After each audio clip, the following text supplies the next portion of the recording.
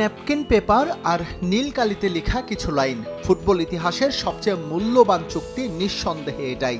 অর্থের মূল্য মানে এটা হয়তো ছিল না $মিলিয়ন ট্রান্সফার, তবে 2000-এর 14 ডিসেম্বর ফুটবল ক্লাব বার্সেলোনার এই চুক্তির মধ্য দিয়েই সর্বকালের সেরা ফুটবলার হওয়ার পথ চলা শুরু করেন লিওনেল মেসি। 2 যুগ আগের সেই চুক্তির ইতিহাস সবারই জানা। 13 বছর বয়সী মেসিতে এতটাই মুগ্ধতা ছড়িয়েছিল, কিছুতেই তাকে হাতছাড়া করতে চাননি বার্সেলোনার তৎকালীন sporting director Charles Rexach. Argentine agent Horacio গ্যাগিওলির উপস্থিতিতে লিওর বাবার সঙ্গে হয় তাৎক্ষণিক চুক্তি। হোটেল ওয়েটারের কাছে কাগজ চেয়ে রেক্সাস পেয়েছিলেন সাদা ন্যাপকিন।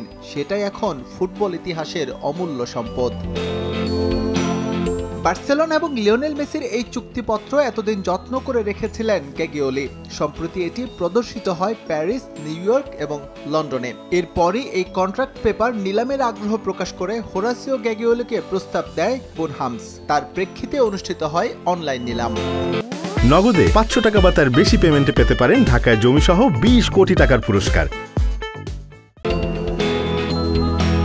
অকশনে এই ন্যাপকিন পেপারের ভিত্তিমূল্য ধরা হয়েছিল $3 লাখ। ধারণা করা হয়েছিল এটা বিক্রি হতে পারে $6.5 লাখ কাছাকাছি দামে। তবে সব ধারণা বদলে দিয়ে লিওনেল মেসি এবং বার্সেলোনার মধ্যকার ঐতিহাসিক এই চুক্তিপত্র বিক্রি হয় $9,65,000, বাংলাদেশি মুদ্রায় যা প্রায় 11,50 লাখ টাকার কাছাকাছি। 13 বছর বয়সী লিওনেল মেসিকে চুক্তি করার পর অভাবনীয় সফলতা পায় ফুটবল ক্লাব বার্সেলোনা। ক্লাবকে 4টি চ্যাম্পিয়ন্স লিগ জেতানোর পাশাপাশি 10টি লিগ শিরোপা সহ উপহার দিয়েছেন 35টি ট্রফি। ক্লাব ফুটবলে সর্বোচ্চ সফলতার পাশাপাশি কাতার বিশ্বকাপ জিতে লিও হয়ে ওঠেন সর্বকালের সেরা ফুটবলার। এস এম ইকবাল, সময় সংবাদ।